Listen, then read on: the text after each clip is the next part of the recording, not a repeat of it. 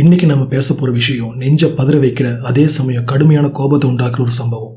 2026 மே 21 வியாழக்கிழமை சாயந்தரம் சுமார் 5 மணிக்கு கோயம்புத்தூர் மாவட்டம் சூலூர் தாலுகா பள்ளப்பாளையம் பாரதிபுரத்தை சேர்ந்த 10 வயசு குழந்தை வீட்டுக்கு பக்கத்தில் இருக்க மளிகை கடைக்கு போயிருக்கா, இல்ல வெளியே விளையாட போயிருக்கா. அங்க ஆரம்பிச்சதுதான் அந்த கொடூரம். அதுக்கப்புறம் காணாம போன அந்த குழந்தைய மே 22 வெள்ளிக்கிழமை சாயந்தரம் கண்ணம்பாளையம் பெரிய குளத்தோட கரையில பிணமா மீட்டிருக்காங்க. 10 வயசு பிஞ்சு குழந்தையை கடத்திட்டு போய் பாலியல் வன்கொடுமை செஞ்சு கழுத்தை நெரிச்சு கொலை பண்ணிருக்காங்க 2 பேர். ஐஜி ரம்யா பாரதி இது அதிகாரப்பூர்வமா உறுதிப்படுத்தியிருக்காங்க. இந்த கேஸ்ல கார்த்திக் மற்றும் மோகன்ராஜ் அப்படிங்கிற 2 மிருகங்களை போலீஸ் கைது பண்ணிருக்காங்க. இதுல கார்த்திக் தப்பிக்க ட்ரை பண்ணப்போ கட்டடத்துல இருந்து குதிச்சு அவனுக்கு கை கால் உடைஞ்சு இப்ப போலீஸ் காவல்ல ஹாஸ்பிட்டல்ல இருக்கான். முதல்வர் விஜய் அவர்களும் இது மன்னிக்க முடியாத குற்றம், கடுமையான நடவடிக்கை எடுக்கப்படும் சொல்லியிருக்காரு. இந்த சம்பவத்தை பார்க்கும்போது 16 வருஷத்துக்கு முன்னாடி, அதாவது 2010 அக்டோபர் 29 இதே கோயம்புத்தூர்ல நடந்த ஒரு கொடூரமான சம்பவம் தான் ஞாபகத்துக்கு வருது. அதுதான் முஷ்கான் ஜெயின் மற்றும் ரித்திக் ஜெயின் வழக்கு. அன்னைக்கு ஸ்கூலுக்கு போயிட்டு இருந்த 11 வயசு முஷ்கான் அவளோட 7 வயசு தம்பி ரித்திக் 2 பேரையும் அவங்களோட பழைய ஸ்கூல் வேன் டிரைவர் மோகன்ராஜ் அவனோட கூட்டாளி மனோகரன் 2 பேரும் கடத்தினாங்க.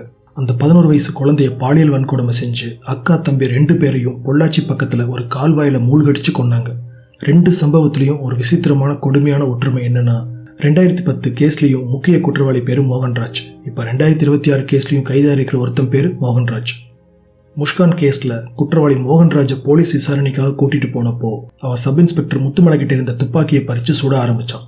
அப்போதைய city police commissioner Sylendra Babu தலைமையிலான போலீஸ் பட தற்காப்புக்காக சுட்டதுல முக்கிய குற்றவாளி மோகன்ராஜ் அன்னைக்கே என்கவுண்டர்ல கொல்லப்பட்டான்.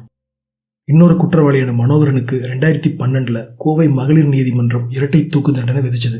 அதை 2014 உயர்நீதிமன்றமும் 2019 ஆகஸ்ட் 1 உச்ச நீதிமன்றமும் உறுதி செஞ்சாங்க. ஆனா இன்னைக்கு தேதி வரைக்கும் அந்த மனோகரன் கடலூர் மத்திய சிறையில தூக்கு தண்டனை கைதியா தான் இருக்கான். இன்னும் அவனுக்கு தண்டனை நிறைவேற்றப்படல. ஏன்னா அவனோட கருணை மனு இன்னும் பரிசீலனையில தான் இருக்கு.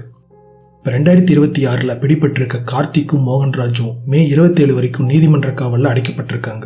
இவனுங்க மேலேயும் போக்சோ கொலை வழக்கு நல்லா போட்டிருக்காங்க. ஆனா மக்களை யோசிச்சு பாருங்க, 2010 ஒரு முஷ்கான், 2026 இன்னொரு பிஞ்சு குழந்தை.